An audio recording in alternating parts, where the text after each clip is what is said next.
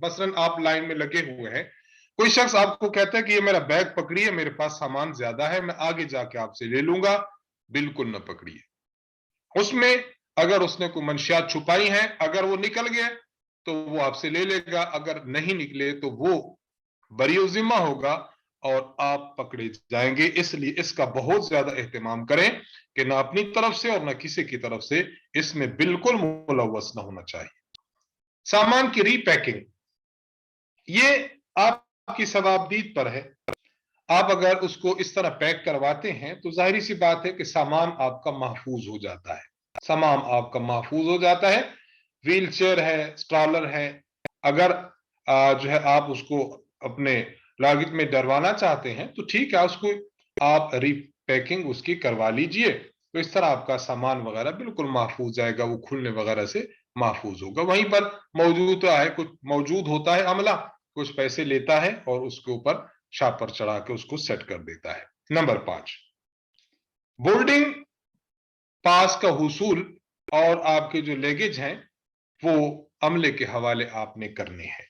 Air line کے counter پر آپ نے چلے جانا ہے، ٹکٹ اور آپ کا جو پاسپورٹ ہوگا وہ آپ اپنے ہاتھ میں رکھیں، عملہ وہاں کا آپ سے ٹکٹ اور آپ کا پاسپورٹ لے کر آپ سے سامان کو، وہاں پر ایک ترازو ہوتا ہے، برقی ترازو آپ اس کو کہہ سکتے ہیں، الیکٹریکل، تو وہاں آپ کو رکھنے کے لیے کہے گا، آپ اپنا سامان وہاں پر رکھیں گے۔ سامان کی ایک حد ہوتی ہے، مثلا بعض ایئر لائن ایسی ہیں کہ جہاں 32 kg جاتا ہے، کہیں پر 46 جاتا ہے، کہیں پر only 30 جاتا ہے، یہ آپ وہاں سے پوچھ لیجئے۔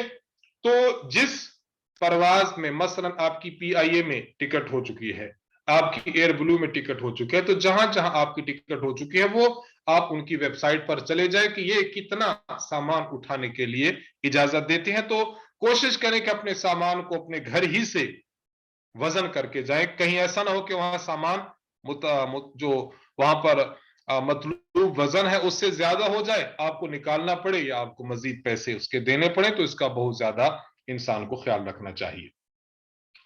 آپ نے بس وہ سامان کو کوشش کریں کہ اسی حد بندی کے تحت ہو جو انہوں نے طے کی ہے۔ عملہ اگر ایک بار کوڈ لگا کر اس کو آگے روانہ کر دے گا، مثلا آپ کے کوئی چیز اہم چیز تھی آپ کے بیگ میں، آپ کی ٹکٹیں ہیں آپ کے بیگ میں ہیں، یا کوئی اور سامان تھا جو آپ نے ہاتھ میں رکھنا تھا، وہ بیگ میں چلا گیا اور انہوں نے اس سامان پر کوڈ لگا کر اس کو روانہ کر دیا، تو اب یہ سامان آپ کو واپس نہیں ملے گا۔ اب آپ سعودی عرب میں اتریں گے ایئرپورٹ پر تو یہ سامان وہاں ملے گا۔ اس لیے یہ دیکھ لینا چاہیے کہ میری کون سی چیز ساتھ ہو، کون سی چیز نہ ہو۔ بعد دفعہ کچھ خواتین ہوتی ہیں، کوئی مرد ہوتے ہیں اور انہوں نے اپنی ضروریات کی ادویات، میڈیسن ساتھ رکھنی ہے تو ان کو ساتھ رکھیں، آگے ان کو نہ لے جانے دیں، ورنہ 5-6 گھنٹے تسلسل کے ساتھ، اور وہاں بھی بعد دفعہ سامان نکلتے نکلتے لیٹ ہو جاتا ہے تو بر وقت دوائی استعمال نہیں ہو پاتی، اس لیے اس کا بہت زیادہ خیال کرنا چاہیے۔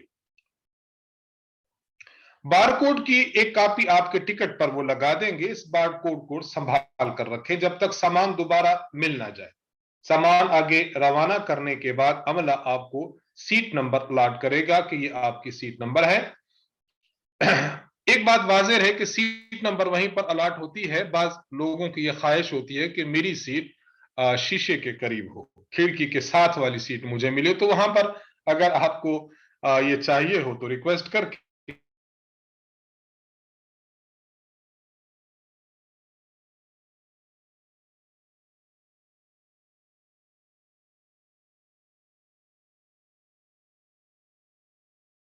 دینا ہوگا۔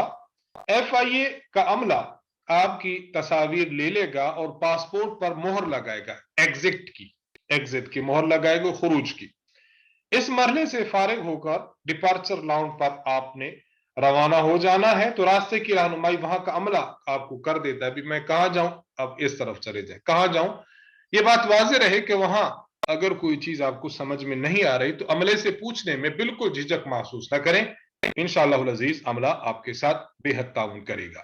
نمبر 7، آپ یہاں سے آگے چلے گئے تو آپ کی ایک آخری تلاشی ہوتی ہے۔ یہ 2 قسم کے وہاں پر شعبہ جات، ایف آئی اے اور اے ایس ایف، ان کا مشترکہ عملہ آپ کی یہ تلاشی لیتا ہے، اور یہ آخری تلاشی ہے۔ یہ تلاشی ذرا سخت ہوتی ہے۔ ہینڈ کیری کو بھی ایکس رے میں سے گزارا جائے گا، اور آپ کے جوتے ہیں، آپ کی وہ تمام اشیاء، آپ کے پاس موبائل ہے، قلم ہے، آپ کا گھڑی ہے، چشمہ ہے، یعنی جو جو چیزیں ہیں جو آپ کے جسم سے اتر سکتی ہیں وہ ان کو رکھیں گے، اور ایک میٹل گیٹ ہے اس میں سے آپ کو ایک ایک کر کے گزارا جائے گا، اور ایک مخصوص مشین ہوتی ہے وہاں، تو اس کے سامنے آپ کو کھڑا کیا جائے گا۔ گویا یوں سمجھیے کہ آپ نے اپنے آپ کو جب لے کر جانا ہے تو کوئی بھی ایسی چیز جو ممنوع ہو، جس کا لے جانا بالکل ان کے ہاں الاؤ نہ ہو، تو اپنے ساتھ ہرگز نہ لے کر جائیں۔ بلا وجہ وہاں پر انسان اگر پھنس جاتا ہے تو بڑی اس کو پریشانی ہوتی ہے۔ اصول ضوابط کا بہت زیادہ خیال رکھیں، اور اس بات کا بہت زیادہ خیال رکھیں کہ آپ اللہ کے دربار میں جا رہے ہیں، کوئی ایسی چیز، کوئی ایسا کام نہ کریں کہ جس سے آپ کا اللہ کے دربار میں داخلہ بند ہونے کا خدشہ ہو۔ اور نمبر 8، آپ وہاں سے بھی تلاشی لے کر آپ آگے چلے گئے، لاؤنج میں اپنی پرواز کا آپ نے اب انتظار کرنا ہے، بہت زیادہ آپ نے انتظار کرنا ہے۔ یہ بات آپ کی واضح رہنی چاہیے، واضح رہنی چاہیے کہ وہاں پر آپ نے جب بیٹھنا ہے تو اس پر گیٹ نمبر کے پاس آ جائیں جو بورڈنگ پاس کر درج ہوگا، مثلا گیٹ نمبر 10 پر آپ نے آنا ہے تو اسی پر قریب جا کر بیٹھ جائیں، تاکہ جو ہی وہاں سے اعلان ہو کہ فلاں پرواز نمبر ہے اور اس فلاں گیٹ پر آپ نے آنا ہے تو آپ بالکل قریب ہوں، آپ وہاں سے ہو کے آ جائیں۔ ایک بات یہاں یاد رکھیے کہ جب آپ یہاں انتظار گاہ میں بیٹھے ہیں، انتظار کر رہے ہیں اپنی پرواز کا، واش روم جانا ہے تو بہت اچھا ہے، آپ واش روم سے ہو کے آ جائیں، اور کوشش کریں کہ جب آپ وہاں پر آئیں انتظار گاہ میں بیٹھے تو اسی وقت آپ اپنا احرام باندھ لیں۔ احرام کی ترتیب ہم نے شروع میں عرض کر دی ہے، اس کو دوبارہ آپ سن لیجئے، خواتین بھی اور حضرات بھی۔ تو اس طرح آپ نے اپنے احرام کو باندھنا ہے، اور کوشش کریں اس دوران اگر آپ کو ضرورت پڑتی ہے ٹوائلٹ کی تو آپ بالکل جائیں، لیکن بہتر یہ ہے کہ واپسی پر آپ وضو کر کے آئیں۔ اس پورے کے پورے سفر کو باوضو ہو کر کیجئے، اس کے بڑے اثرات ہیں، اس کے بڑے برکات ہیں، بڑی رحمتیں ہیں، بڑے فوائد ہیں۔ اور آخر میں جب آپ نے اپنی پرواز کا انتظار کر لیا، آپ کا وہاں سے کاؤنٹر سے اعلان ہوا کہ فلاں جو ہے وہ پرواز کے افراد فلاں گیٹ نمبر پر آ جائیں، تو آپ اپنا ہینڈ کیری ہے، جو بھی آپ کی چھتری ہے، کوئی آپ کا کوئی باٹل ہے، جو چیز بھی ہے، بس سب کو ایک مرتبہ نظر کر لیں۔ یہ بات واضح ہے کہ کئی دفعہ ایسا ہوتا ہے کہ بعض لوگ بس خوشی میں یہ غور نہیں کرتے کہ ہمارا سامان وہیں پر کچھ رہ چکا ہے، بس وہ دوڑ لگاتے ہیں، اور جب وہ جہاز میں پہنچتے ہیں تو پھر پتہ چلتا ہے کہ میرا موبائل تو بیگ ادھر رہ گیا۔